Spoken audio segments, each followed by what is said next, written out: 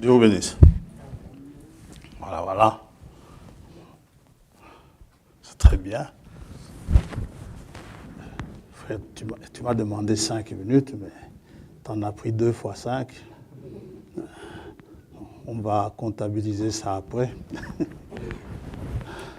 Il n'y a pas de problème.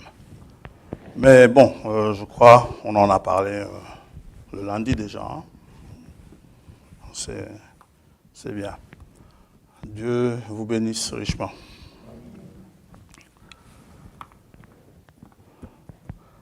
Ça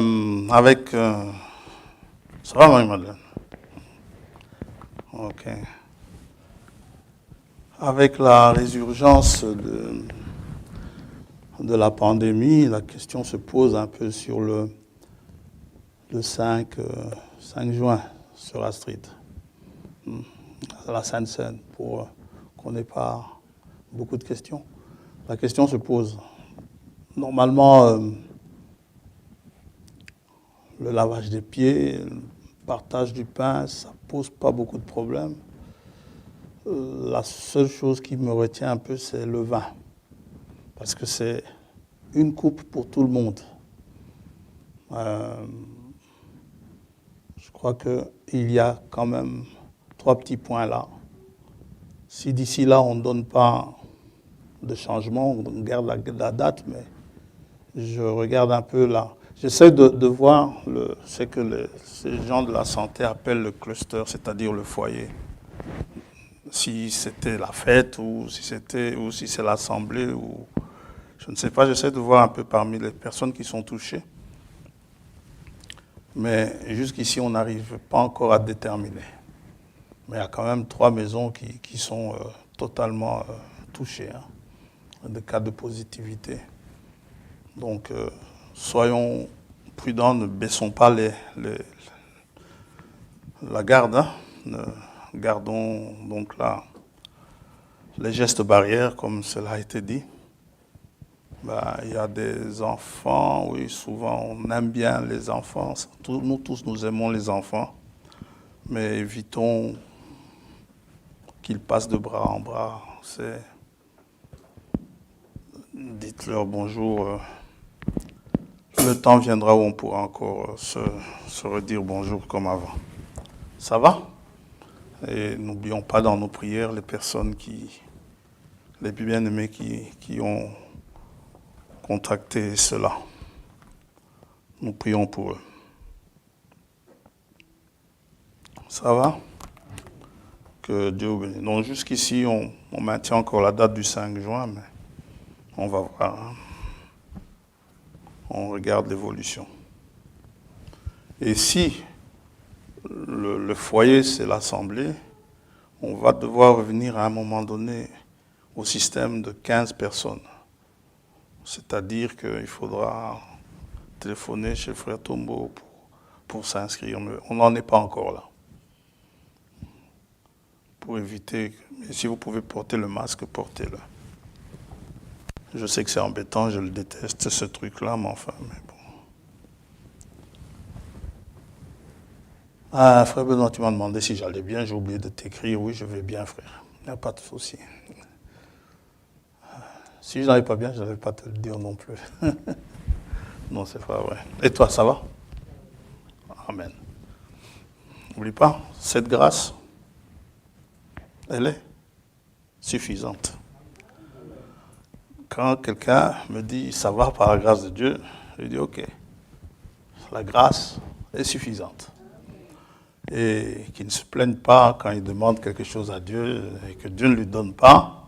Dieu dit à Paul, hein, il ne peut pas dire à Paul une chose et à vous autre chose. Hein. Il dit à Paul, la grâce te suffit. Maintenant, n'ayez pas peur de dire par la grâce de Dieu.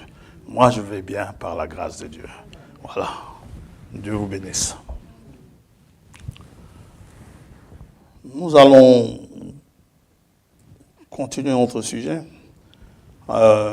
Essayons de voir un peu, pour comprendre l'actualité. Nous ne devons pas oublier que à la fin des temps, il va se passer beaucoup de choses. Parmi les choses qui vont se passer, il y a la destruction, ce qui est biblique en tout cas, la destruction de Babylone. Frère Branham a déjà appelé les États-Unis une Babylone moderne. Et une autre Babylone, c'est là où vous vous trouvez, c'est l'Europe. C'est véritable Babylone. Et les armes qu'on est en train d'exhiber, qu'on est en train d'essayer, sont destinées à venir exploser dans Babylone. Parce que la Babylone qui, comment dirais-je, la Babylone qui séduisait le monde entier a été frappée en un seul jour. Et maintenant, il y a des armes capables de frapper tout un territoire en quelques minutes. Et ces choses, lorsqu'elles sont exhibées, cela doit nous interpeller. Ça va? Nous, ça ne nous effraie pas. Parce que nous savons que nos armes à nous sont plus puissantes que les armes que les hommes utilisent. Et si ces armes-là qu'eux utilisent étaient très puissantes, plus puissantes que celles que nous utilisons, eh bien, Paul ne nous aurait pas dit de prendre les armes de Dieu. Il nous dit de prendre les armes de Dieu pour combattre dans le mauvais jour. Ce missile-là, dont l'autre se vante la fabrication,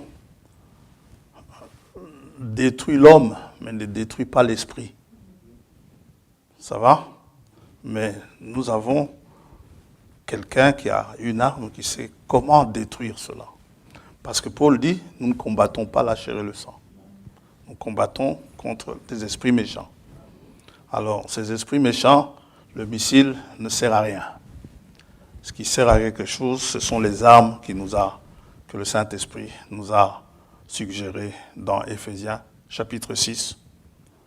Et je crois aux Corinthiens, il y a aussi les armes offensives et défensives. De toute façon, tout cela est dans Éphésiens.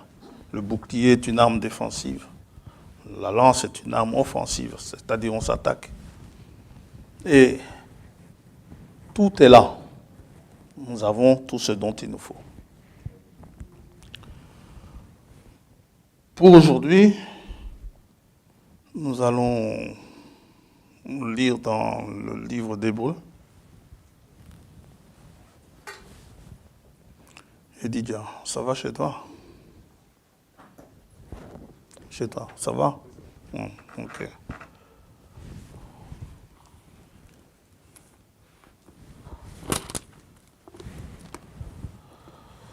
Nous allons prier.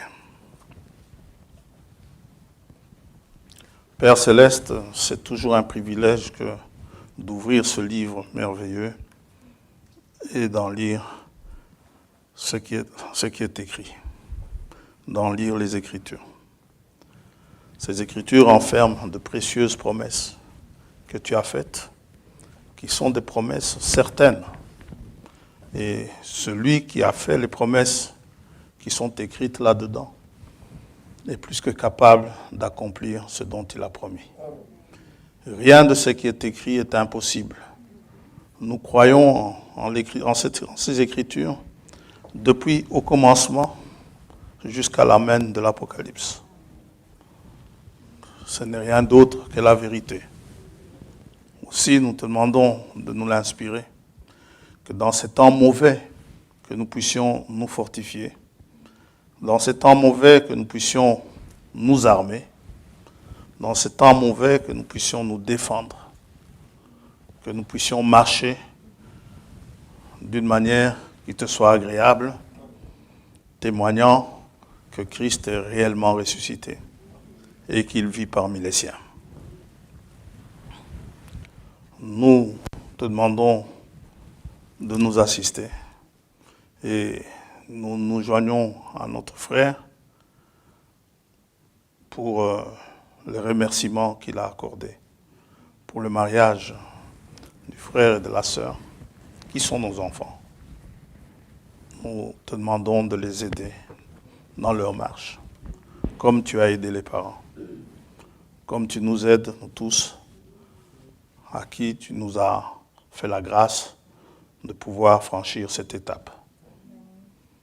Qu'importe ce qui est arrivé par après, nous savons que tout ce qui est arrivé par après, et tout ce qui arrivera encore, tout cela, les bonnes et les mauvaises choses, c'est pour notre bien.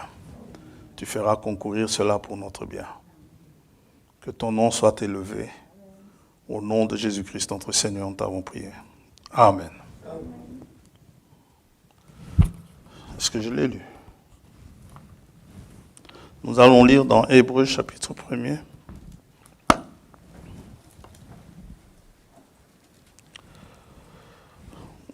Entre-temps, je vous lis le mot de Michel et de Marie-Madeleine.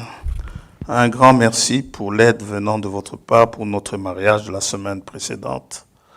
Que le Seigneur vous bénisse pour cela. Amen. Merci beaucoup. Que Dieu vous bénisse, vous deux. Hébreux chapitre 1er.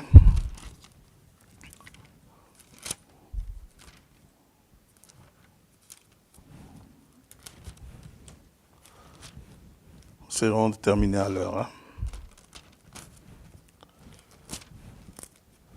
Les 3 premiers versets. Après avoir autrefois, à plusieurs reprises et de plusieurs manières, parlé à nos pères par les prophètes, Dieu, dans ces derniers temps, nous a parlé par le Fils.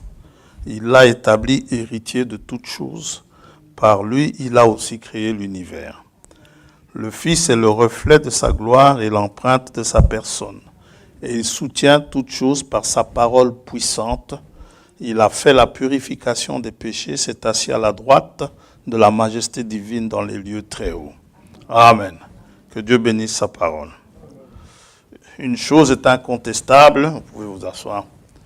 La parole est puissante, elle est toute puissante. C'est-à-dire qu'elle produit de l'effet. Elle n'est pas prononcée juste pour que ça tombe comme l'eau tombe sur un canard. Le canard se secoue, l'eau s'en va et les plumes restent sèches. Non, la parole de Dieu, lorsqu'elle est prononcée, elle doit produire de l'effet. Toujours. Et Dieu ne parle pas pour le plaisir de parler. Chaque fois qu'il parle, c'est pour exprimer sa pensée. Et sa pensée, Dieu dit ce qu'il pense, comme on dit toujours, et il pense ce qu'il dit. Donc, ce ne sont pas des paroles inutiles. Nous avons parfois de vaines paroles. D'ailleurs, le Seigneur a dit que il en sera redemandé. C'est toutes les vaines paroles que nous aurons à prononcer. Alors, essayons d'en prononcer le moins possible. Amen. Et la parole produit de l'effet. C'est une arme, comme on vient de le dire. C'est une arme, c'est l'arme de Dieu. Ça va? Dieu, quand il viendra combattre, il ne descendra pas avec des chars et des missiles. Ça va? Ça, c'est la chose que nous devons comprendre. Aux missiles qui sont là, eh bien, Dieu opposera sa parole. Et lorsqu'il viendra lui-même, ils auront beau pousser sur un bouton, la parole de Dieu sera capable d'arrêter le missile. Ou de le faire exploser à l'endroit même où on pousse le bouton.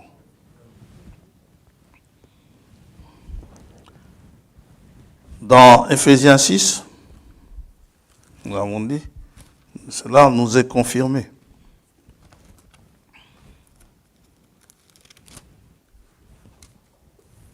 Ce sont les armes que nous devons savoir utiliser. Nous ne sommes pas venus à un pique-nique. Nous sommes venus à un combat. Paul dit, c'est le combat de la foi. Et ce combat, c'est un combat terrible. Vous savez, vous êtes vainqueur quand vous arrivez, vous achevez la course, vous avez toujours la foi.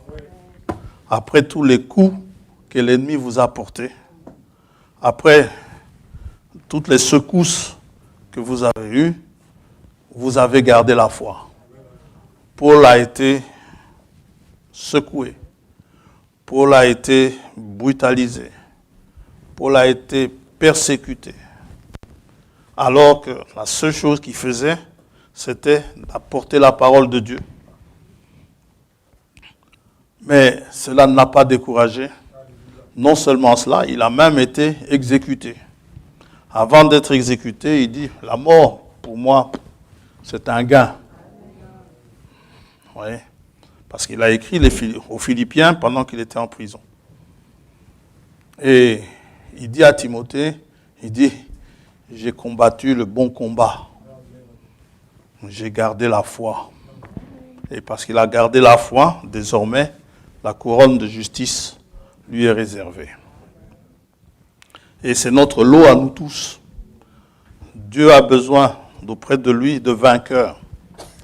Et vous n'êtes pas vainqueur sans avoir combattu. Il n'y a pas de vainqueur sans combat. Vous n'allez pas passer par un tuyau et puis vous arrivez, quelqu'un vous a poussé, vous sortez de l'autre côté, puis vous dites j'ai vaincu. Non, il faut vous battre. Amen. Et ce combat, ce n'est pas contre le frère, ce n'est pas contre la sœur. C'est contre des esprits méchants qui sont dans les lieux célestes. Ces esprits méchants. Verset 11. Revêtez-vous de toutes les armes de Dieu afin de pouvoir tenir ferme contre les ruses du diable. Le diable est tellement bien rusé qu'il est capable de vous faire monter un frère contre vous, une sœur contre vous, votre époux contre vous, votre épouse, votre enfant, vos parents. Ça, ce sont les ruses du diable. Chacun, selon la place qu'il occupe, doit pouvoir discerner, c'est le diable. Pas la personne, mais c'est le diable qui pousse à. Amen. Ça, c'est le discernement dont nous avons besoin. Car nous n'avons pas à lutter contre la chair et le sang, mais contre les dominations. Ce sont des dominations. Des gens qui dominent. Des esprits qui dominent. Ça domine votre frère. Ça domine votre sœur. C'est pourquoi elle fait, c'est pourquoi elle dit des choses qui peuvent ne pas vous convenir, qui peuvent vous faire mal. C'est le diable. Et quand on regarde dans le naturel, le meilleur exemple qu'on peut voir, où on voit le diable comme ça, sans microscope, à l'œil nu, c'est quand vous regardez, moi je ne sais pas, mais quand je regarde le président de la Russie, je vois le diable parler. Quelqu'un qui est, non pas que je ne sois pas d'accord avec ce qu'il fait ou quoi, ça c'est son problème, mais c'est quelqu'un qui n'a aucune empathie. Les gens meurent, des civils meurent, des enfants meurent, ça ne semble pas le toucher. C'est le diable. Un homme ne peut pas être comme ça. Vous savez, celui qui a largué la bombe atomique à Hiroshima, au Japon, il en a été pratiquement fou après, quand il a réalisé les dégâts qu'il a causés. Pourtant, il n'a fait qu'obéir à un ordre. Mais celui-ci, ça le réjouit de vous dire que je suis capable de détruire une ville entière.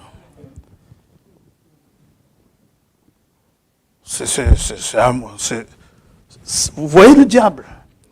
Je vous ai déjà dit ici parfois, il m'arrive, pas tout le temps, mais souvent, pas toujours. Mon frère Gaspard travaille là-bas de temps en temps. Il m'arrive quand je vais à Matongé, je sens une oppression comme ça. Ouais. Moi, ça m'arrive en tout cas. Je sens une oppression et vous voyez le diable. Ça arrive. Et quand vous passez par là, vous n'avez qu'une seule idée en tête, c'est ressortir de là au plus vite. C'est incroyable. Il y a des lieux où on le voit. Il y a des moments où il se cache. Ici, entre nous, il peut se cacher. Je vais vous montrer un visage gentil, mais entre-temps, il est derrière moi en train de vous haïr ou quelque chose de ce genre. Ouais. Mais il y a des endroits où il est visible. Ici, en ce qui nous concerne, entre nous, pour voir le diable derrière moi, il vous faut peut-être un microscope. Ah, frère François, lui, est toujours gentil. Hein? Quelqu'un qui le connaît bien va vous dire, c'est pas vrai. Ouais. C'est pourquoi prenez toutes les armes de Dieu, c'est un conseil, afin de pouvoir résister dans le mauvais jour et tenir ferme après avoir tout surmonté.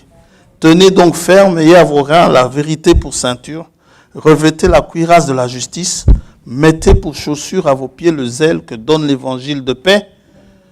Prenez par-dessus tout cela le bouclier de la foi, avec lequel vous pourrez éteindre tous les traits enflammés du malin. Prenez aussi le casque du salut et l'épée de l'esprit, qui est la parole de Dieu. Vous savez, quand David a combattu Goliath, il avait son casque qui ne laissait un espace qu'ici au niveau des yeux. Et toute chose sur la terre, tout a été créé par Dieu. Même ce qu'on utilise pour assembler, pour faire le missile, les éléments ont été créés par Dieu. L'homme n'a fait que les assembler d'une certaine manière et ainsi de suite. La radioactivité sur le nucléaire, c'est Dieu qui a mis ça là-dedans. C'est comme ça. Alors, que se passe-t-il quand Jésus a dit une fois, au dimanche de Rameau, pendant qu'il entrait dans Jérusalem, quand les gens criaient Hosanna au fils de David, on a essayé de faire taire ceux qui criaient Hosanna au fils de David. Jésus a dit, s'ils se taisent, les pierres crieront. Ça veut dire que les pierres obéissent à Dieu. Alors quand David a pris la pierre, il pouvait la lancer juste comme ça en l'air, mais la parole peut diriger la pierre. La parole peut lui dire, va frapper Goliath juste dans l'espace. Et la pierre allait prendre sa vitesse de croisière. Jusque là, il faut. Vous voyez ça? Ça, c'est Dieu qui fait ça. Et moi, j'aime le frère qui dit, mais maintenant, si Goliath avait fait ça, la pierre aurait changé aussi de direction. Gloire à Dieu. C'est comme ça. Et s'il s'était baissé, la pierre allait aussi. La pierre lui était destinée. Dieu, il commande tout cela. Je suis heureux d'être dans cette armée-là. C'est une armée super équipée. Oh. Et donc, nos armes qui sont là, ce sont des armes qui ne sont pas classiques. Je n'ai pas lu le verset 18, c'est aussi une véritable arme. Faites en tout temps par l'Esprit toutes sortes de prières et de supplications.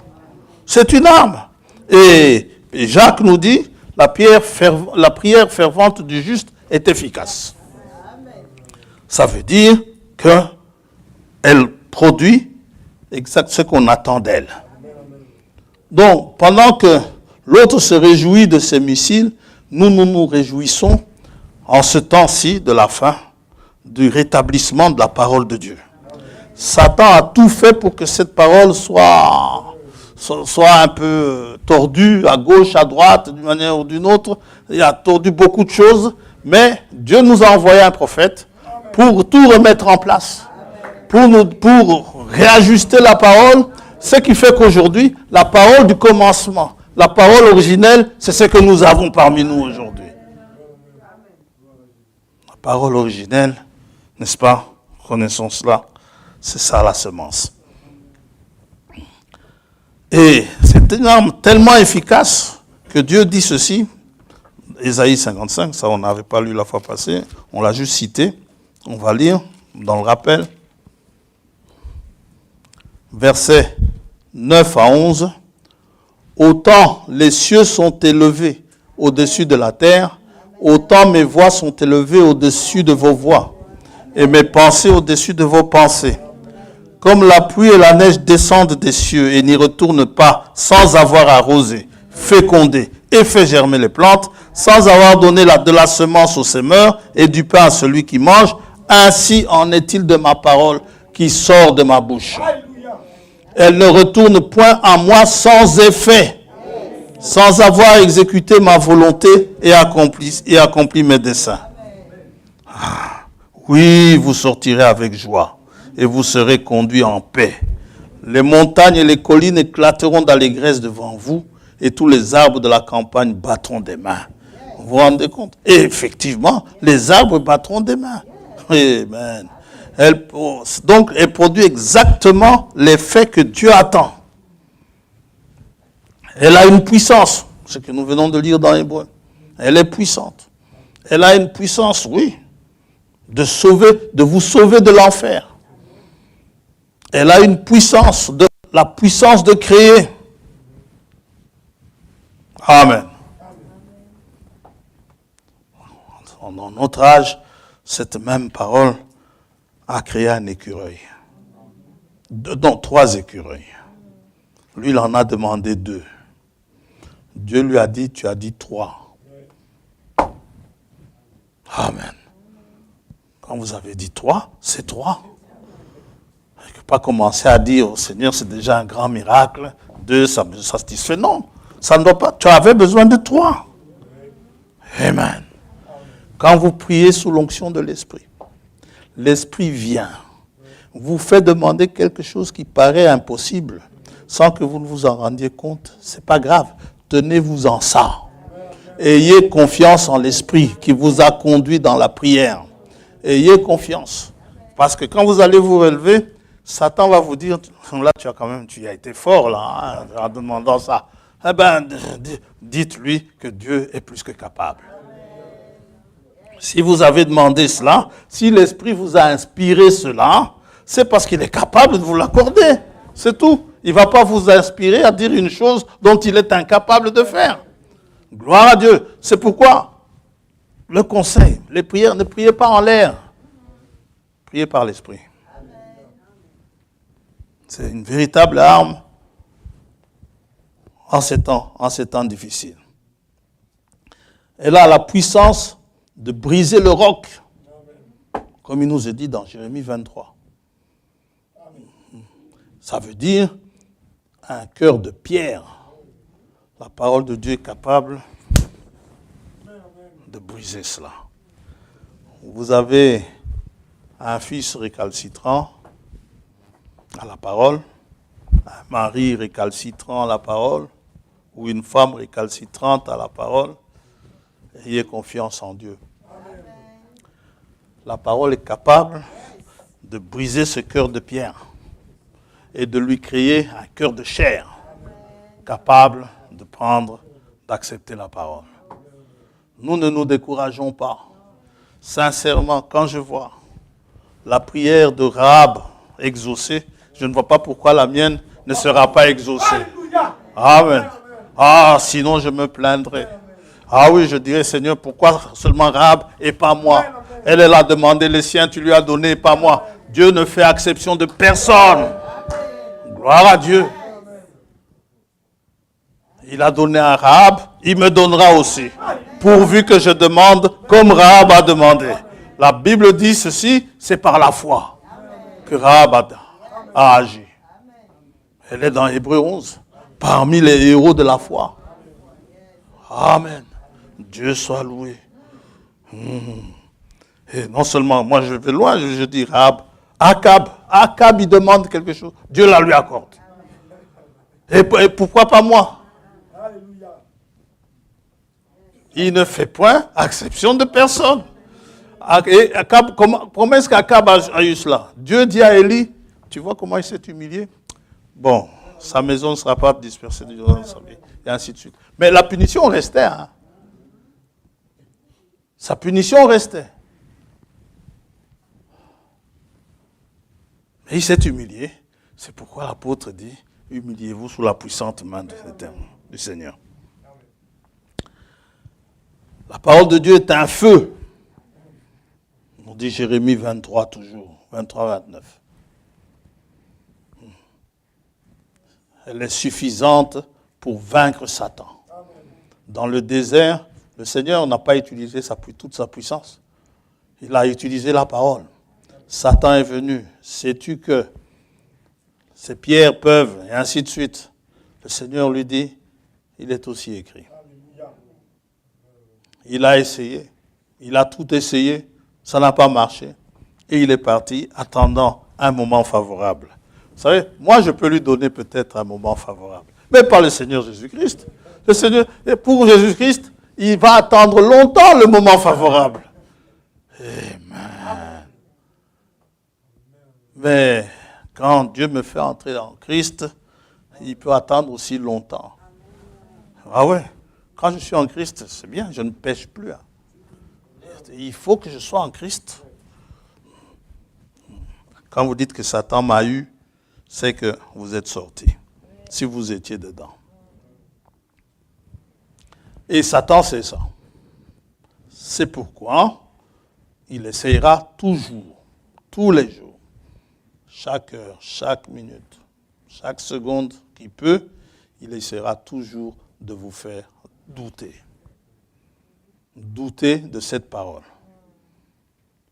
Ça, c'est pour vous enlever la force. C'est pour vous enlever la puissance que Dieu a mise en vous. Et dans Apocalypse 19, nous voyons les saints du Seigneur, selon Zacharie 14, les saints accompagnaient le Seigneur dans ce combat, pendant que le Seigneur descend en ordre de bataille, n'est-ce pas? Parce qu'il nous a dit qu'il jugeait et qu'il combattait. Acte 19, Apocalypse 19, pardon, excusez-moi. Verset 11. Puis je vis le ciel ouvert. Et voici parut un cheval blanc. Pas un char, mais un cheval blanc. Celui qui le montait s'appelle fidèle et véritable. Et il juge et combat avec justice. Ses yeux étaient comme une flamme de feu. Sur sa tête étaient plusieurs diadèmes. Il avait un nom écrit que personne ne connaît si ce n'est lui-même. Et il était revêtu d'un vêtement teint de sang. Son nom est la parole de Dieu. Nous en avons parlé. Les armées qui sont dans le ciel, on parle d'armées, le suivaient sur des chevaux blancs, revêtus d'un fin lin, les armées. Fin lin, c'est la justice des saints. D'un fin lin blanc pur. De sa bouche sortait une épée aiguë pour frapper les nations, y compris la Russie et les États-Unis, pour frapper les nations. Il les pètera, les nations, avec une verge de fer. Et dans Isaïe 11, 4, nous avons vu que cette verge de fer, c'est la parole. Et il foulera la cuve du vin de l'ardente colère du Dieu Tout-Puissant. Il avait sur son vêtement et sur sa cuisse un nom écrit « Roi des rois et Seigneur des seigneurs ». Ça, nous en avons parlé également. Ce matin, nous allons nous intéresser au verset 12 et nous intitulerons « Les yeux comme une flamme de feu ». Le Seigneur qui vient jugeant et combattant, il a les yeux, à cette occasion-là, il a les yeux comme une flamme de feu. Le verset 12, ses yeux étaient comme une flamme de feu. Mais nous allons intituler « Les yeux comme une flamme de feu ». Et ici, celui qui s'appelle fidèle et véritable a les mêmes yeux que celui qui parlait avec une voix qui ressemblait au son de la trompette dans Apocalypse chapitre 1er.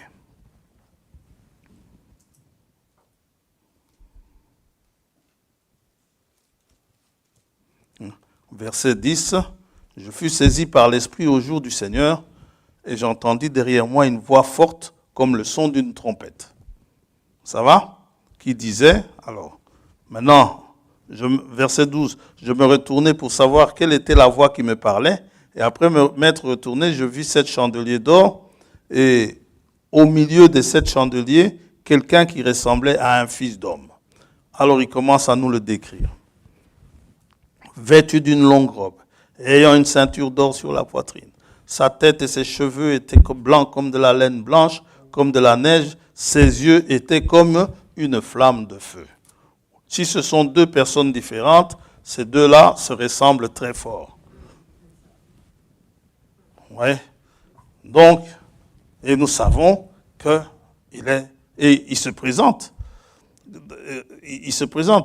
dans Jean, verset 4, Jean aux 7 églises qui sont en Asie, que la grâce et la paix vous soient données de la part de celui qui est, qui était et qui vient, et de la part de 7 esprits qui sont devant son trône, et de la part de Jésus-Christ, témoin fidèle, le premier-né des morts et le prince des rois de la terre, à celui qui nous aime, qui nous a délivrés de nos péchés par son sang, et qui a fait de nous un royaume des sacrificateurs pour Dieu son Père.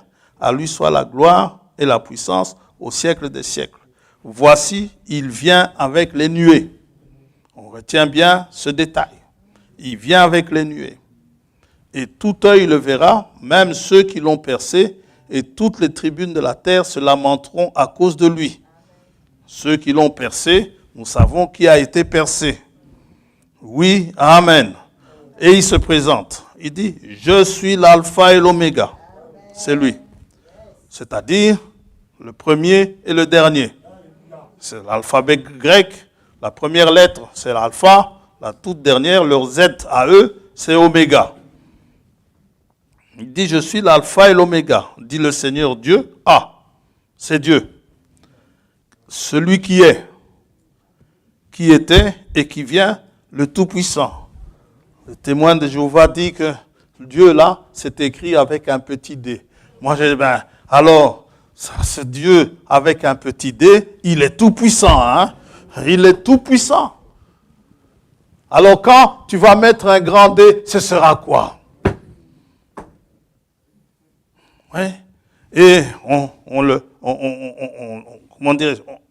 décrit. Nous avons lu cela. Et il dit à Jean, Jean ne le reconnaît pas. Jean, il dit, quelqu'un qui ressemblait à un fils d'homme. Et Jean dit, quand je le vis, verset 17, je tombais à ses pieds comme mort. Il posa sur moi sa main droite en disant, ne crains point. Je suis le premier et le dernier, l'alpha et l'oméga, c'est la même chose. Et le vivant. J'étais mort. Ah, qui est mort? Et voici, je suis vivant au siècle des siècles. Je tiens les clés de la mort et du séjour des morts. C'est lui qui le tient, qui tient cela. Il dit, la clé de la mort, c'est moi qui l'ai. La clé du séjour des morts, c'est moi qui l'ai. Oh, posez la question. C'est quoi le séjour des morts? Quand vous leur posez la question, mes copains, les témoins de Jéhovah, ils bafouillent à ce moment-là. Il y a un séjour des morts. Ah, mais c'est une façon de parler. Ah bon, une façon de parler. Allons dans Luc. Dans Luc, le Seigneur parle du séjour des morts. Amen. Bref, ce n'est pas le sujet. Alors, j'ai dit, retenons bien ces détails. Il vient avec les nuées. Qui vient donc avec les nuées? Je vais vous donner certains passages. Il faudra juste les noter. Et on va en lire un seul. C'est la même chose, mais on ne va pas tous les lire. Qui vient avec les nuées? Jésus en parle dans Matthieu 26, verset 64. Vous pouvez noter cela. Dans Marc 13, 26. Vous pouvez le noter. On va lire dans Marc 14, 61.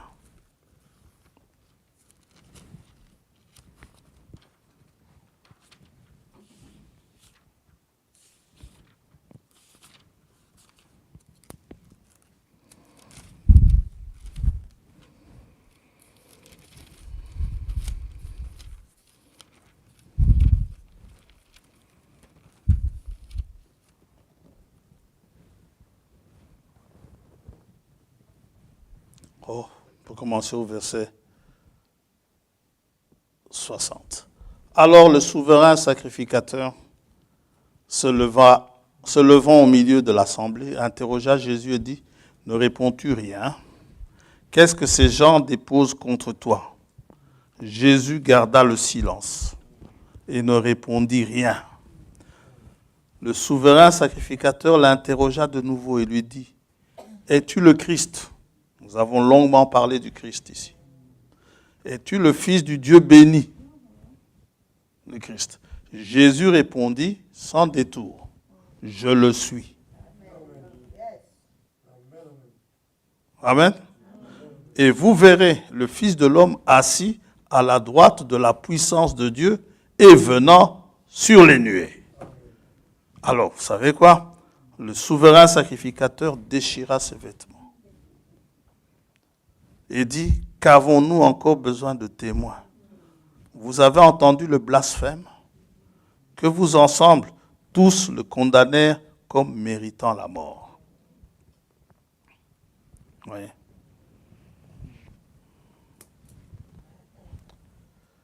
Dans Luc 21, 27, il est aussi question de celui qui vient sur les nuées. Qui vient sur les nuées, c'est le Fils de l'homme. Et Jean a vu quelqu'un comme un fils d'homme. N'est-ce pas? C'est toujours le Fils de l'homme. Maintenant, si c'est le Fils de l'homme, et c'est lui, il dit, j'étais mort, c'est celui-là même qu'on a crucifié. Étonnant. Étonnant qu'à l'occasion d'Apocalypse 1er, Apocalypse 19, qu'il ait les yeux comme une flamme de feu.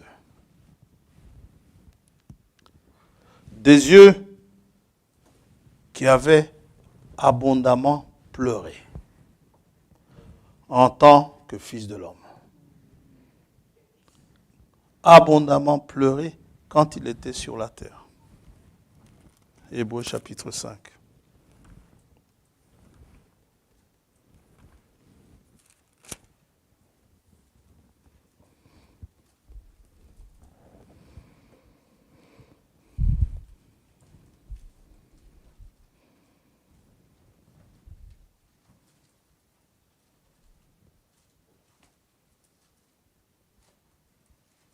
Verset 5.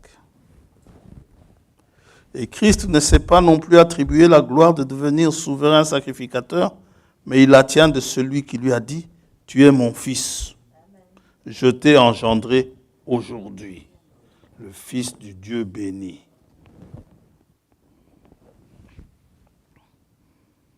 Je t'ai engendré aujourd'hui.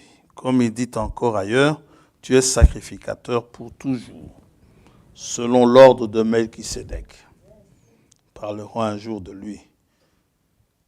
C'est quelqu'un qui étonne toujours, ce Melchisédek. Le prophète pose la question, qui est donc ce Melchisédek? Hein? Il n'a pas de papa, il n'a pas de maman. Il n'est rien de tout ça. Et il est sacrificateur à perpétuité. Ce qui signifie qu'aujourd'hui, il est toujours là, sacrificateur. Et il n'a pas de date d'anniversaire. Alléluia. Amen. Il n'a ni commencement, ni fin de vie. Les hommes commémorent les deux anniversaires. Et l'anniversaire, enfin certains, il y en a d'autres qui ne veulent pas le faire, mais c'est un petit problème. Ce n'est pas un interdit, ce n'est pas une obligation non plus. Il y a l'anniversaire de la naissance et il y en a qui commémorent l'anniversaire de la mort, du décès. Mais Melchisédek, il n'a ni commencement de vie, ni fin de vie. Il est mort quand? Au Xe siècle. Amen. 800 ans avant Jésus-Christ? Non, monsieur. Il est toujours vivant aujourd'hui. Il a rencontré Abraham il y a 6000 ans. Ils ont bu du vin ensemble. Gloire à Dieu. Il a mangé du pain avec Abraham. Parce qu'Abraham, il revenait vainqueur d'un combat.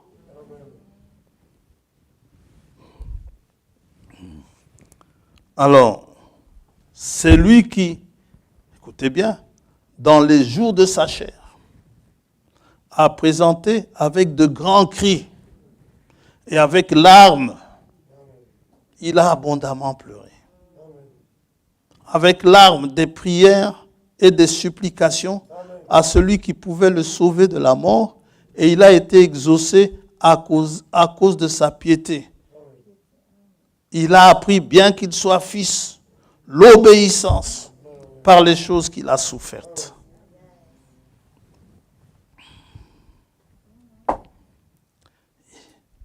Ses yeux qui ont pleuré comme les nôtres dans un cimetière. Jean chapitre 11. Comme nous avons pleuré dans un cimetière. Et comme nous pleurons toujours lorsque nous entrons dans un cimetière. Il est entré dans un cimetière, il a pleuré. 11, 33. Lorsque Marie fut arrivée là où était Jésus et qu'elle le vit, elle tomba à ses pieds et lui dit, Seigneur, si tu avais été ici, mon frère ne serait pas mort. Jésus, la voyant pleurer, elle et les Juifs qui étaient venus avec elle, frémit en son esprit et fut tout ému. Et il dit, où l'avez-vous mis? Seigneur, lui répondirent-ils, viens et vois. Jésus pleura. Vous voyez, c'est un homme. Yes. C'est un homme. Mais tu viens de dire qu'il est Dieu. Eh bien, ce n'est pas moi qui le dis, c'est lui qui le dit. Je suis le Dieu Tout-Puissant.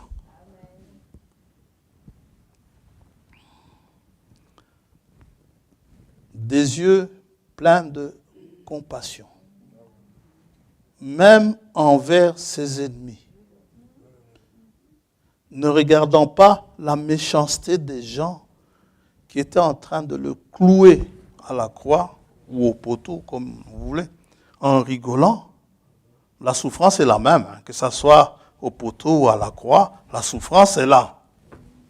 Je ne vois pas pourquoi il faut se battre pour ça. C'est l'essentiel. Jésus est mort pour nous.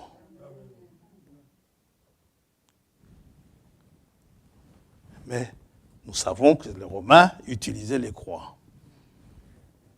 Et il a été livré aux Romains. Ce sont les Romains qui l'ont exécuté. Les Juifs l'ont livré. Et pendant qu'on le clouait à la croix, au lieu de leur en vouloir, il s'écriait encore, Père, pardonne-leur. Ils ne savent point ce qu'ils font. Luc 23, 33.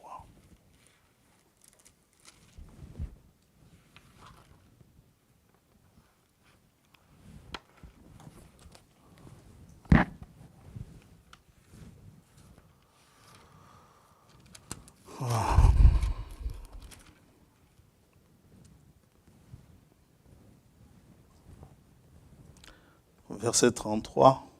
Lorsqu'ils furent arrivés au lieu appelé Crâne, Golgotha, ils le crucifièrent là, ainsi que les deux malfaiteurs, l'un à droite, l'autre à gauche.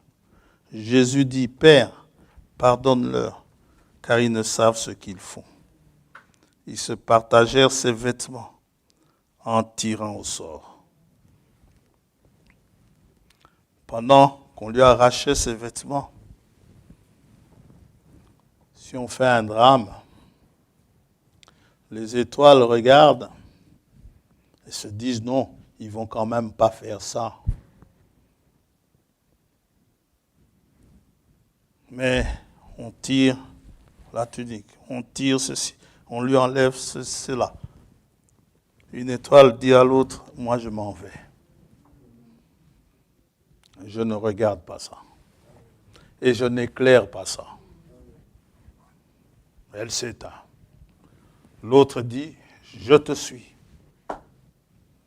Il reste le soleil. Le soleil regarde. Il dit, moi non plus, je n'éclaire pas ça.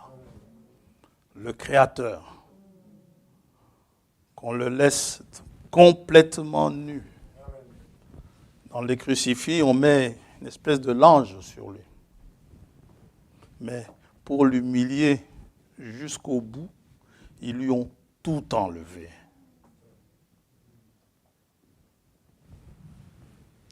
Mais malgré tout, il dit, Père, pardonne-leur.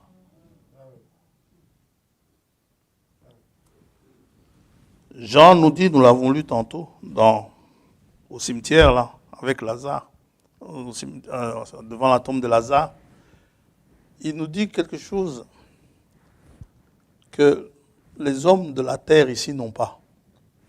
Comme l'autre, on lui dit, il y a des milliers de morts, tu as bombardé une gare là-bas, tu as fait bombarder une gare. Il y a 50 personnes qui sont mortes et tout cela. Je ne sais pas si vous vous souvenez d'un sous-marin russe qui avait coulé il y a quelques années de cela. Il y a eu une avarie dans le moteur. Et le sous-marin a coulé. C'est parti au fond là-bas, à 6-7 kilomètres au fond de la mer. Pas moyen d'aller sortir ça. Les marins qui étaient dedans étaient condamnés. Et ils sont morts. Finalement, plusieurs années plus tard, les Américains ont réussi à les aider à sortir ce sous-marin de là-bas, du fond de la mer. Et on lui a dit, mais... Et quand on lui a dit qu'est-ce qu'il pensait de l'équipage qui est mort, il dit de toute façon, il a dit comme ça, sans sentiment. De toute façon, ils n'ont pas souffert, ils sont morts directement. C'est incroyable.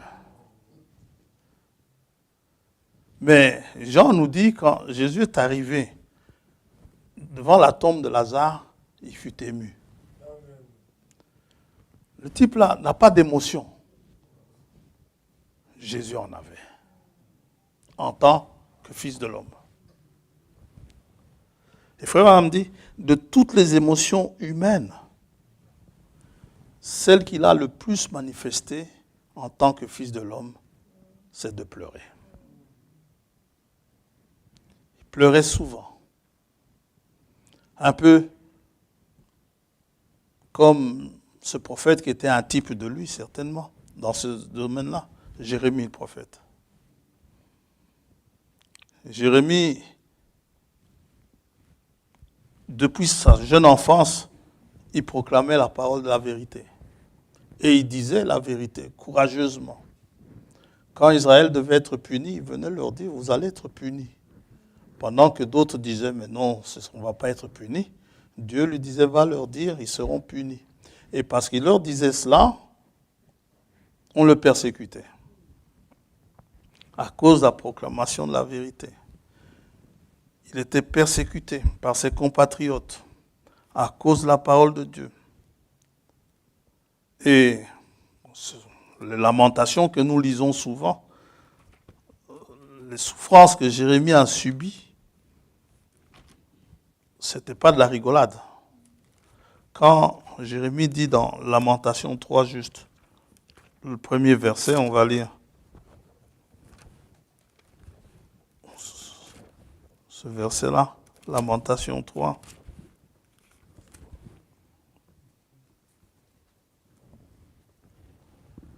Il dit, je suis l'homme qui a vu la misère sous la verge de sa fureur. Il dit ça.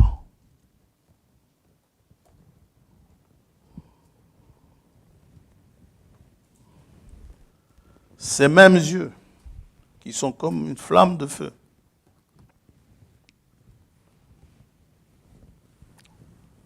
ont manifesté de la compassion.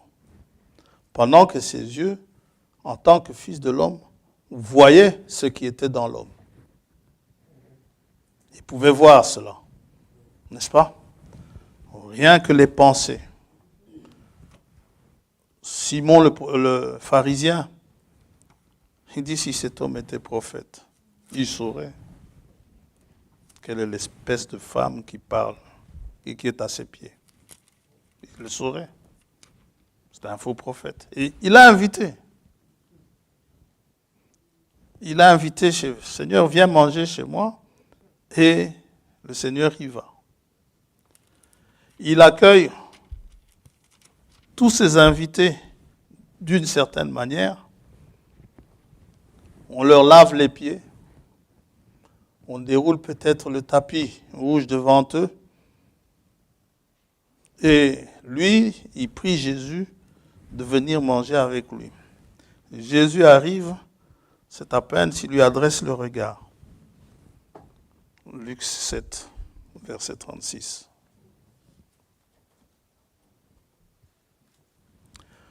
Un pharisien pria Jésus de manger avec lui. Jésus entra dans la maison du pharisien et se mit à table. Personne ne l'accueille. Bon, il s'est mis à table. Et voici une femme pécheresse qui se trouvait dans la ville, et ensuite qu'il était à table dans la maison du pharisien, apporta un vase d'albâtre plein de parfums. Ouais. Il y aura toujours quelqu'un pour l'accueillir. Sinon, il ne serait pas venu. Et s'il n'y avait qu'une seule personne à sauver, il serait quand même venu. Rien que pour une personne. Et cette femme se tint derrière, aux pieds de Jésus. Elle pleurait. Et bientôt, elle lui mouilla les pieds de ses larmes. Puis les essuya avec ses cheveux. Les embrassa et les oignit de parfum. Frère Branham dit, aujourd'hui tellement il avait affaire avec les femmes qui se coupaient les cheveux. Si ça devait arriver aujourd'hui, elle devrait se mettre sur la tête pour lui laver les pieds.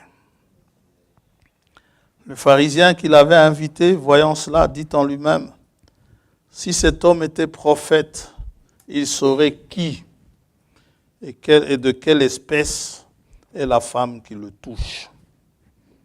Cette femme ne peut pas le toucher. C'est une pécheresse. Frère, si vous êtes des pécheurs, d'après Simon, vous ne pouvez pas le toucher. Oh, mais Jésus a dit, venez à moi, vous tous qui êtes fatigués et chargés. Qu'importe la charge. Si la charge, c'est le péché, venez à lui. Il vous donnera du repos. Et la paix pour vos âmes. Gloire à Dieu. Jésus prit la parole. Il n'a fait que penser. Verset 39, le pharisien qui l'avait invité, voyant cela, dit en lui-même. Ça va? Il n'a fait que dire cela en lui-même. Jésus prit la parole et lui dit, Simon, j'ai quelque chose à te dire. Oui, maître, parle, répondit-il. Un créancier avait 2 débiteurs, l'un devait 500 deniers et l'autre 50. Comme il n'avait pas de quoi payer, il leur remit à tous 2 leurs dettes. Lequel l'aimera le plus?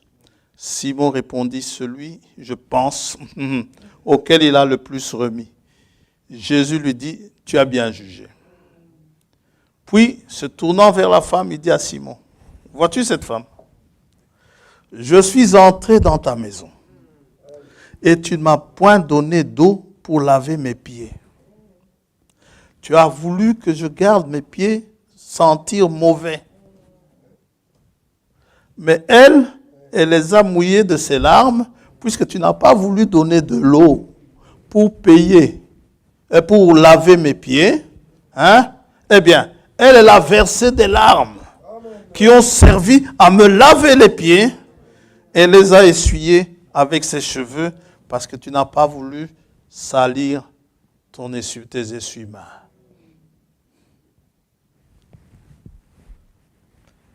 Tu n'as point versé d'huile sur ma tête. Mais elle a versé du parfum sur mes pieds. C'est pourquoi je te le dis, ses nombreux péchés ont été pardonnés. Car elle a beaucoup aimé. Mais celui à qui on pardonne peu, aime peu. Et il dit à la femme, tes péchés sont pardonnés. Oh, le frère parlait de ce 10e lépreux là. Il y a aussi cette femme. Amen. Donc, il voyait les pensées avec ses yeux.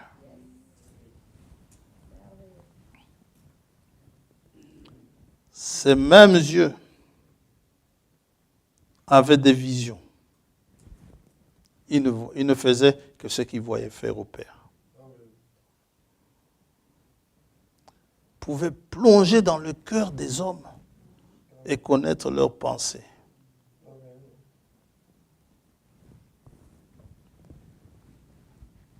Il était l'homme de douleur. Et Ésaïe dit, le bras de l'Éternel. Le bras droit de l'Éternel. C'est bien lui.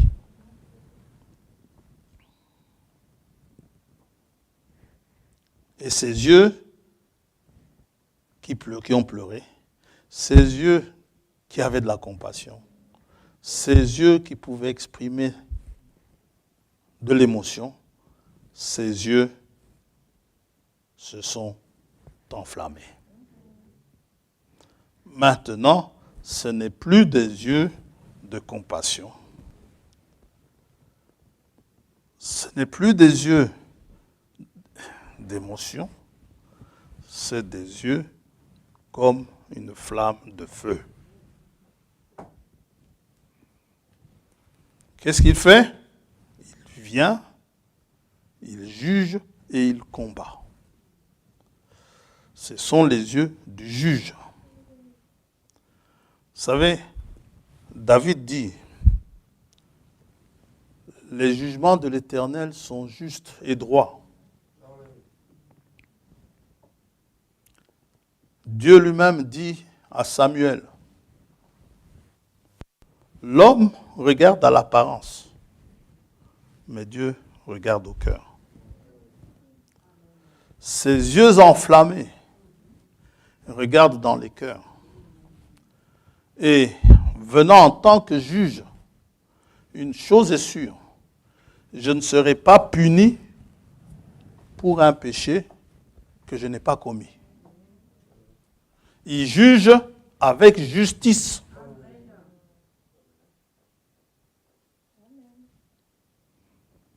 Et il n'y aura pas d'erreur judiciaire. Amen. Ces jugements seront justes. C'est-à-dire, ici, on se bat. On fait tout pour essayer de trouver des preuves de culpabilité, de réunir toutes ces preuves. Lui n'a pas besoin de ça. Et encore, la justice humaine, elle m'étonnera toujours. En France, la justice est en train de marcher concernant les attentats de novembre, je crois que c'était 2015. Hein? Ouais. Sont là, moi, je me pose la question, quelqu'un, vous savez qu'il a posé une bombe, ou bien il avait une bombe, et il vous l'a dit, qu'il s'est débarrassé de la bombe qu'il a jetée dans une poubelle.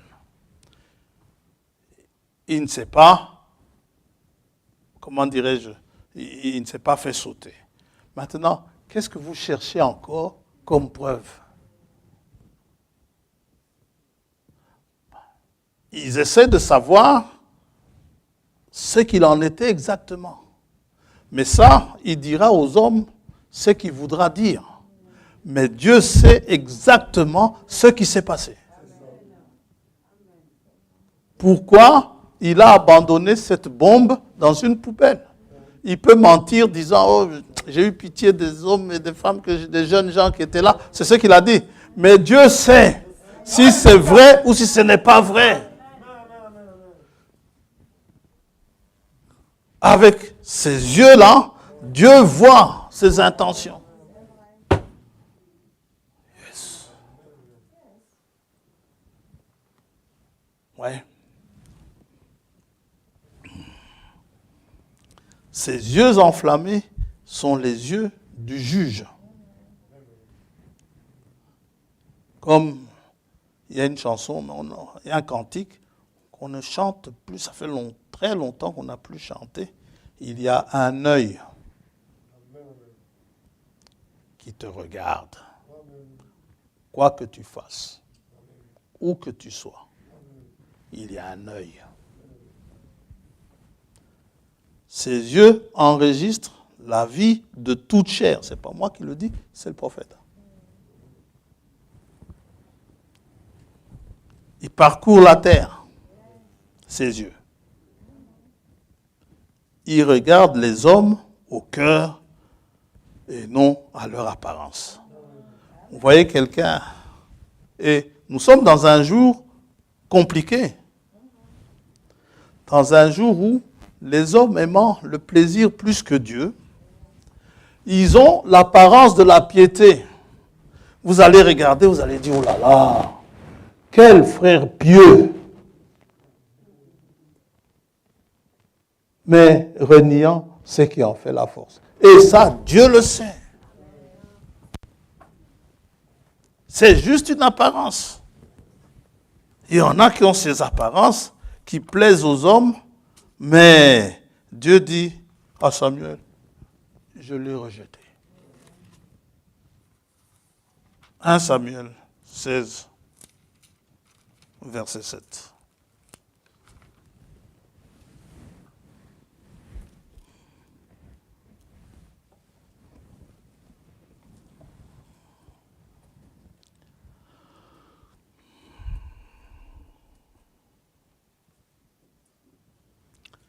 Verset 6. Verset 6.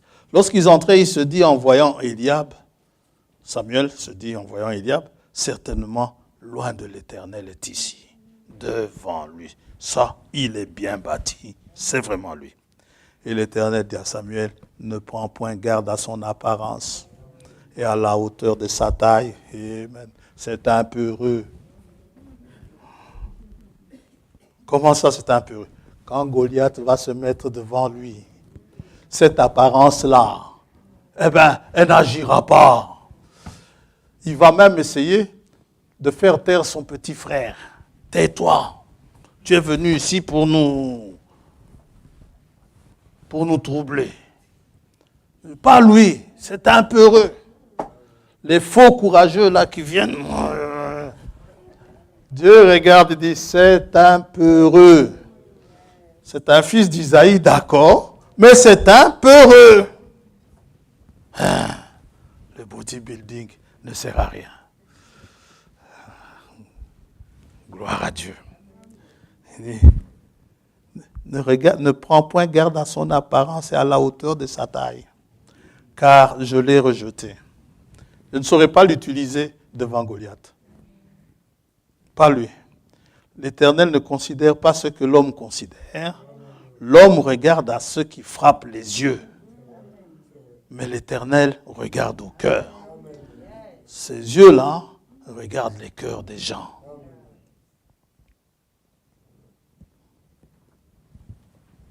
Les pharisiens le savaient. Ils savaient que quand le Fils de l'homme viendra, il verrait les cœurs des gens. Matthieu 22. Regardez ce que les pharisiens vont faire.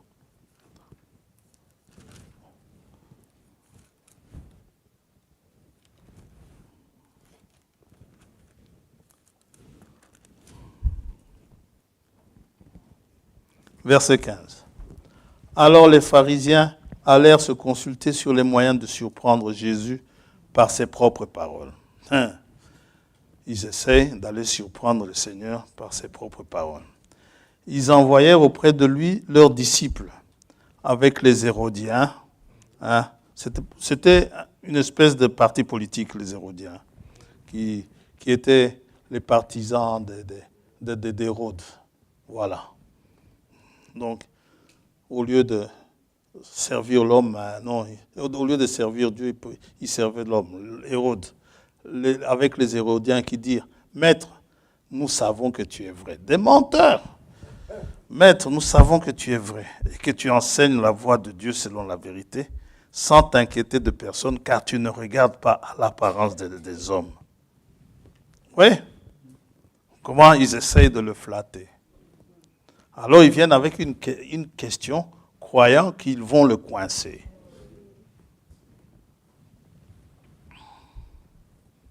Montrez-moi la monnaie. Il dit, Jésus connaissant-le, dis-nous donc ce qui t'en semble. Est-il permis ou non de payer le tribut à César? Malgré les belles paroles là, Jésus connaissait leur méchanceté. Jésus, connaissant leur méchanceté, répondit, pourquoi me tentez-vous, hypocrite? Ça marche avec les hommes. Vous allez trouver Poutine, vous allez dire, t'es vraiment un grand chef, t'es vraiment un grand président, t'es vraiment un grand ceci, un grand cela. Poutine va s'asseoir, toi t'es un bon sujet.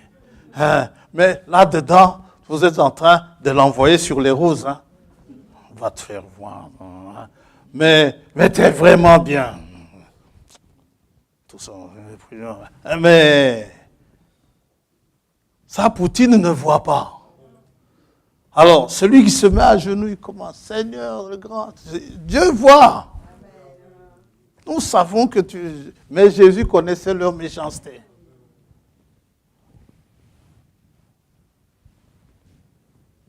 Mais maintenant, là, les yeux étaient non. Maintenant, ses yeux sont comme une flamme de feu.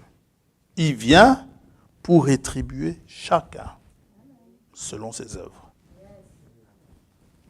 Chacun selon ses œuvres. Et ses yeux parcourent la terre entière. Vous savez ça? Chaque habitant. Comme cette famille de témoins de Jéhovah. Ou qui ont... Le petit frère a été converti en entendant la parole. On dit ça, à l'Assemblée du Royaume, on ne nous a jamais prêché comme ça. Il a commencé à suivre. Je n'ai jamais vu autant de miracles comme ça à l'Assemblée du Royaume. Et là, le frère Woods, et il a cru. Et il n'osait pas rentrer chez lui parce que papa, maman, les frères, tous, ils étaient tous témoins de Jéhovah.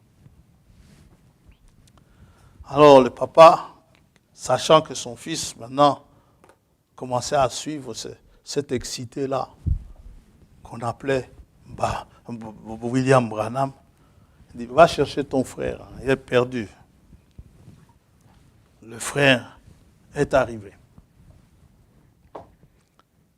Il dit à son frère, Dia Banks, qu'est-ce que tu fais ici avec ces fanatiques? Mais non, c'est vraiment la parole. Il dit, montre-moi ce prédicateur que j'aille le voir. Et il le conduit, et il vient. Et il était furieux. À raconter des bêtises à mon frère. Je suis venu le chercher. Le frère le regarde. Dieu lui montre ce qui s'est passé. Il dit, je ne sais plus ce qu'il a dit en premier lieu. Et puis, c'était quelque chose qui s'était passé dans la famille. L'autre dit, c'est certainement lui qui a raconté l'histoire de la famille. Et puis le frère regarde et dit, tu sais, hier,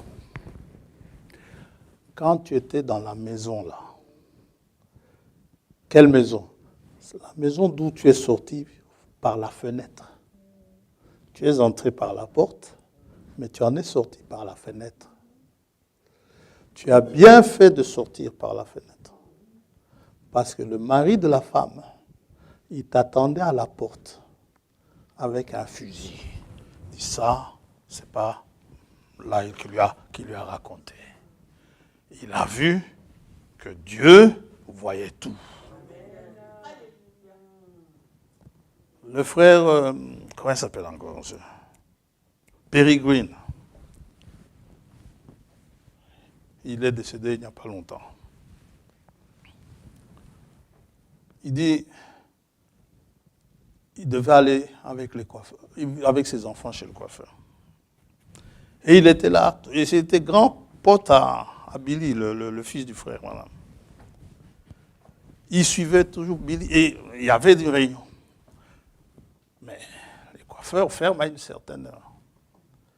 Et il ne faisait que suivre. À un moment donné, le frère s'arrête, ils étaient en train de le suivre. Le frère lui dit, frère Perry, tu ferais bien d'aller vite chez le coiffeur. Parce que sinon, tu vas rater. Alors le frère s'est écrié, monsieur, je vois que vous êtes prophète. Vous avez l'esprit d'Élie. Et le frère dit, j'ai réalisé ce jour-là, quoi que je fasse, où que je sois, Dieu me voit. Et même quoi que je pense, Dieu sait. Mais il y a des milliards de personnes, oui, mais Dieu, il est infini.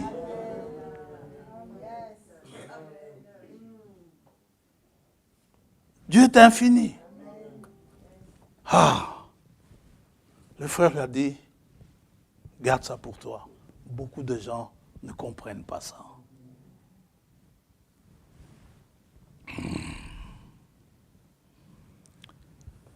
Donc, ce sont les yeux d'un juge. Il vient, il juge et il combat. Vous savez que dans l'Ancien Testament, ces yeux-là étaient aussi protecteurs, protégeant Israël. Puisque le Jésus du Nouveau, on ne va pas tout le temps le répéter, mais si, ça fait du bien de le répéter. Satan essaie de me faire dire, on va le répéter. Il déteste ça. Le Jésus du Nouveau, c'est le Jéhovah de l'Ancien. Je suis content quand je le dis. Amen. Dans l'Ancien Testament, l'Éternel avait les yeux constamment sur Israël.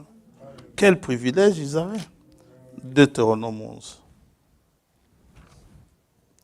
Il dit, je sais que le pays où je vous ai mis est un pays difficile. Verset 11. Le pays que vous allez posséder est un pays de montagnes et de vallées, et qui boit les eaux de la pluie du ciel. C'est un pays dont l'Éternel ton Dieu prend soin, et sur lequel l'Éternel ton Dieu a continuellement les yeux, du commencement à la fin de l'année.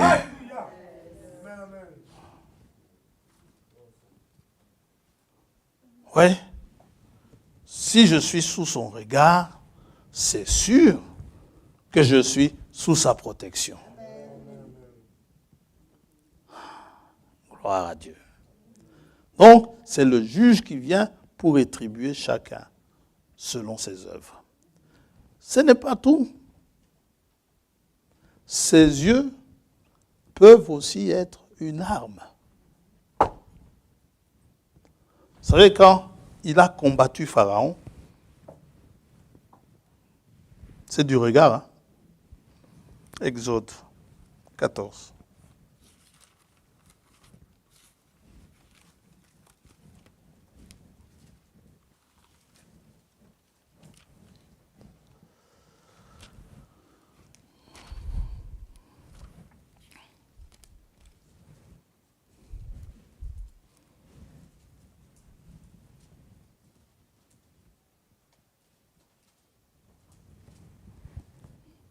D'abord, on regarde, il va combattre.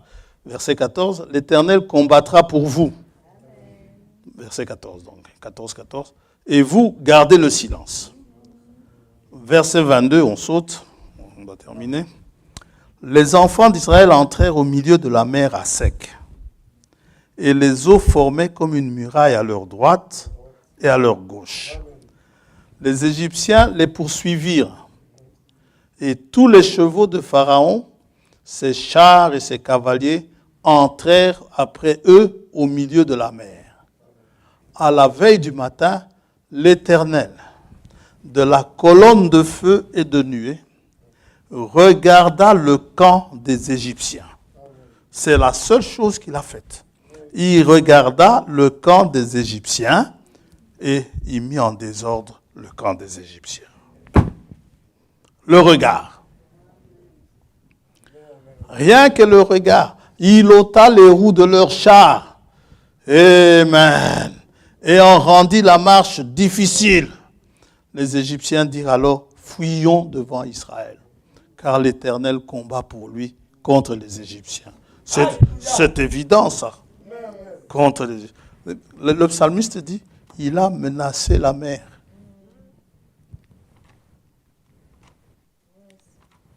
Et nulle part dans l'Exode, on ne voit où il prononce quelques mots que ce soit. Donc il a menacé certainement du regard. Psaume 78. Il n'a pas dit, mère, retire-toi, non. Sépare-toi, non. Il n'a pas dit. Ça, il avait dit au commencement, il a séparé. Ici, il a regardé. En tout cas, il a menacé. 78.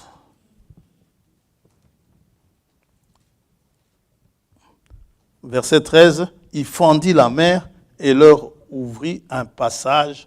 Il fit dresser les eaux comme une muraille. Psaume 104.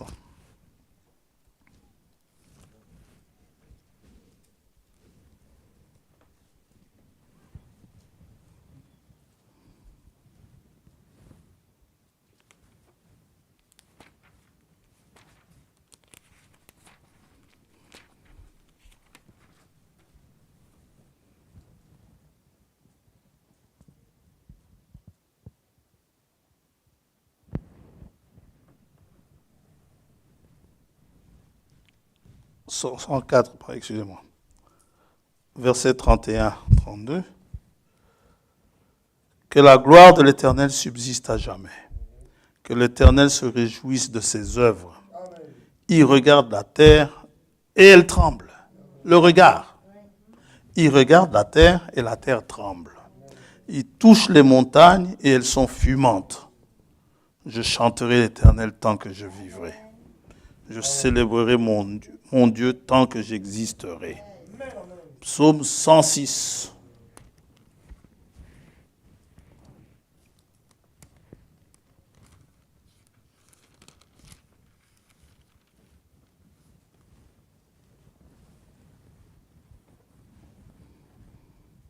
Verset 7. Nos pères en Égypte ne furent pas attentifs à tes miracles.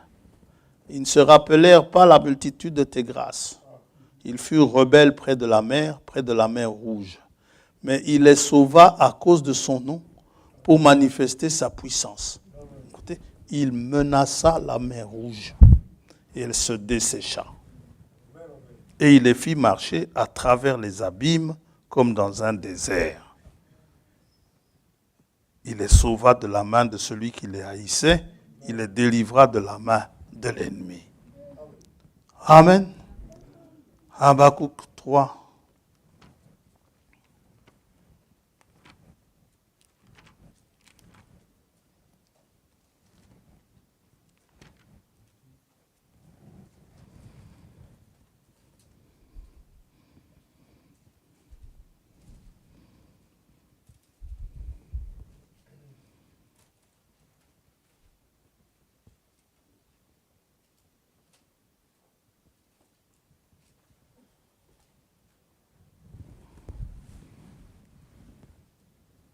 Verset 4. C'est comme l'éclat de la lumière, des rayons partent de sa main, là réside sa force. 5. Devant lui marche la peste, et la peste est sur ses traces. Il s'arrête. Et de l'œil, les yeux. Et de l'œil, il mesure la terre. Il regarde. Et il fait trembler les nations. De l'œil. Quand on dit mesurer, c'est jauger, hein? Regardez ce qu'il en est. C'est juger. Il connaît les dimensions de la terre. Ce n'est pas voir si la terre mesure combien, mais il mesure la terre, il les juge.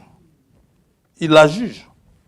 Et le fait de mesurer la terre et que la terre tremble, c'est parce que la terre est en train d'être jugée par Dieu. Il s'y passe tellement de mauvaises choses. Quand Dieu regarde la terre, elle tremble. Elle dit, c'en est fait de moi. Avec tout ce que les hommes font ici. Il s'arrête de l'œil, il mesure la terre, il regarde et il fait trembler les nations. Les montagnes séculaires, donc qui ont plusieurs siècles, se brisent. Les collines antiques s'abaissent. Les sentiers d'autrefois s'ouvrent devant lui.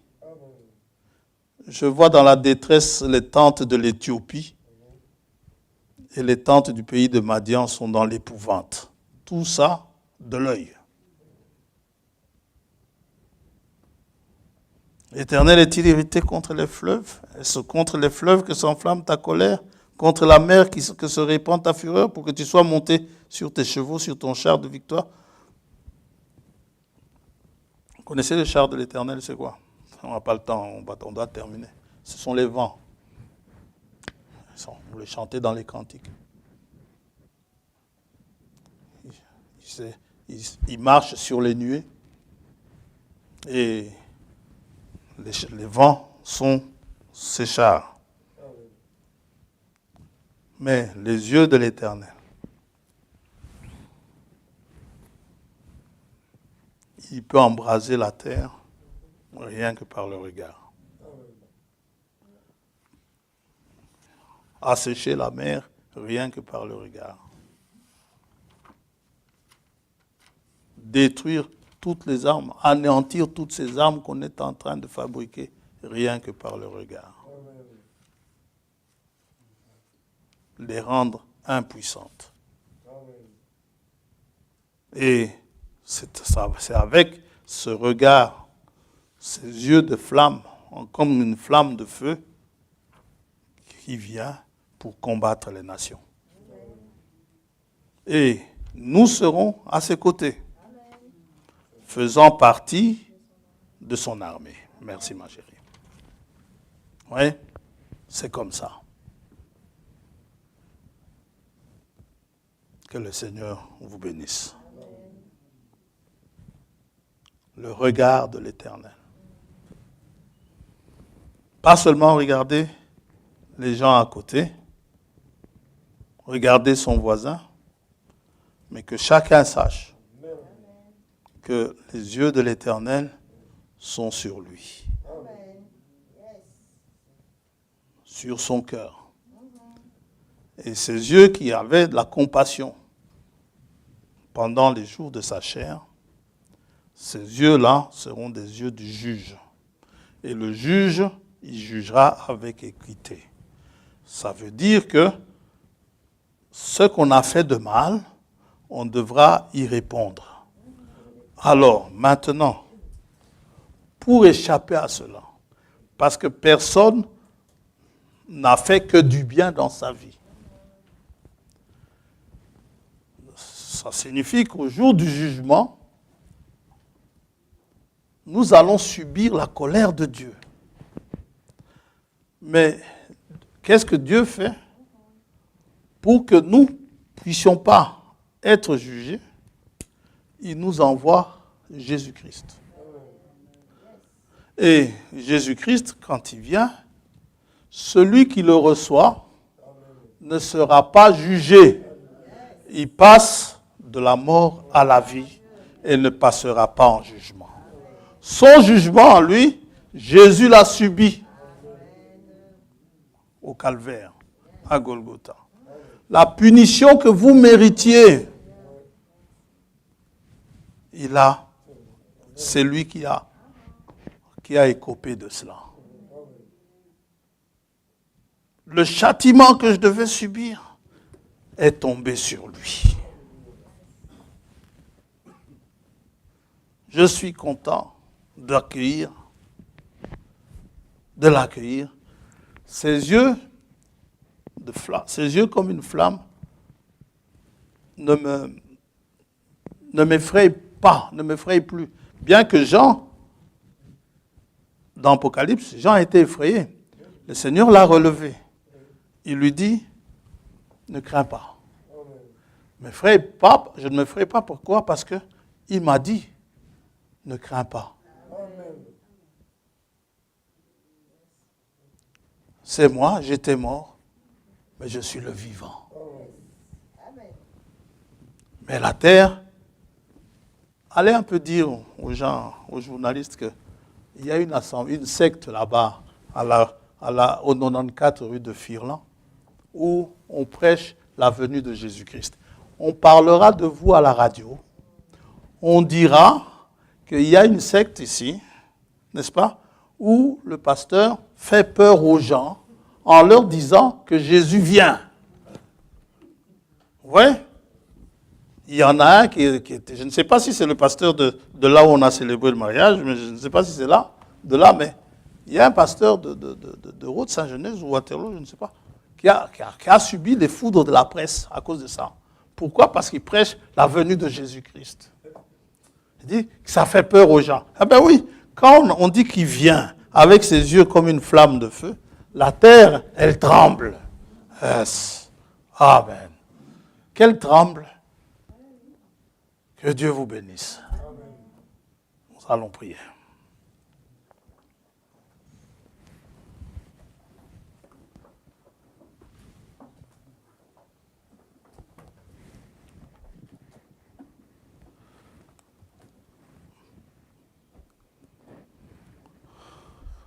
Le petit cœur dit, parce qu'il vit, je n'ai rien à craindre. Mes lendemains sont assurés. Entre ses mains, il tient ma vie pour l'éternité. C'est cela notre réconfort, c'est cela notre appui en ces temps difficiles. Nous avons cette assurance que Jésus vient. Parce que les signes qu'il a prédits avant pour annoncer sa venue, eh bien, ces signes sont en train de s'accomplir devant nous. Les armes prêtes pour la guerre, pour la destruction de Babylone qui devrait se passer à la fin, toutes ces choses sont en train de se dresser devant nous, nous montrant en quel temps nous sommes. Mais nous n'attendons pas l'explosion de ces engins, nous attendons tout simplement sa venue sur la nuée. Là, il nous a promis qu'il viendrait nous chercher et que nous irions à sa rencontre. Pendant que les obus et les missiles tomberont ici sur la terre, nous serons en sécurité auprès de lui. Aussi, Père, nous prions pour toutes les âmes qui peuvent encore croire, potentiellement sauvables, que tu puisses les visiter au travers de l'un d'entre nous ou de plusieurs d'entre nous, Seigneur oh Dieu, afin de leur apporter le témoignage de Jésus-Christ, de Jésus ressuscité, vivant au milieu de nous. Oh, qu'il y ait une porte de sortie. Nous n'avons pas, c'est inéluctablement à subir ce qui va arriver, les catastrophes qui vont arriver, oh, les choses qui vont devoir se dresser. Nous regardons tout simplement à ta parole, à ces merveilleuses promesses qui nous annoncent ainsi sa venue. Sois béni, Père céleste. Sois loué, ô Dieu créateur. Ô Père. Et vraiment, voyant que toutes ces choses sont en train de s'accomplir, nous réalisons combien ta parole reste la vérité, combien ta parole est précise. Ce qui pouvait être pure folie il y a des années, aujourd'hui, cela s'accomplit. Oh, déjouant toutes les théories scientifiques, déjouant toutes ces choses, mais ta parole, elle ne change pas. Je te prie de bénir cette assemblée, de te souvenir de tes enfants qui aujourd'hui sont déclarés positifs à cette maladie. Que de ton œil, de ton ciel, que tu les regardes et que tu les guérisses chacun. Ceux qui développent des symptômes et ceux qui n'en développent pas, que tu les visites. Oh Dieu, donne-nous de rester attentifs à tout ce que tu nous dis de faire, à tout ce que là où tu veux nous conduire, là où tu veux que nous nous tenions. Et lorsque nous aurons à rendre témoignage de toi, toi seul peux convaincre les âmes auxquelles nous parlerons. Nous te les remettons déjà entre tes mains. Qu'elles puissent venir à nous, qu'elles puissent venir plutôt à toi. Et qu'elles remettent leur cœur à toi. Les membres de nos familles pour lesquels nous te prions. Souviens-toi d'eux. Peut-être que ce bandit à la croix, elle était le sujet de prière de sa mère ou de quelqu'un de sa famille. Tu ne l'as pas oublié. Ce jour-là, il a eu cette merveilleuse promesse que ce jour-là même, il serait avec toi au paradis. Merci Père. Nous nous en remettons à toi, dans le précieux nom de Jésus-Christ, notre Seigneur et Sauveur. Nous t'avons ainsi prié. Amen. Amen. Dieu vous bénisse.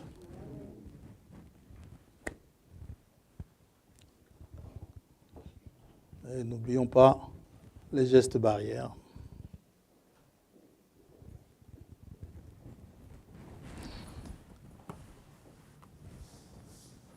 Que le Seigneur vous raccompagne. Nous avons terminé.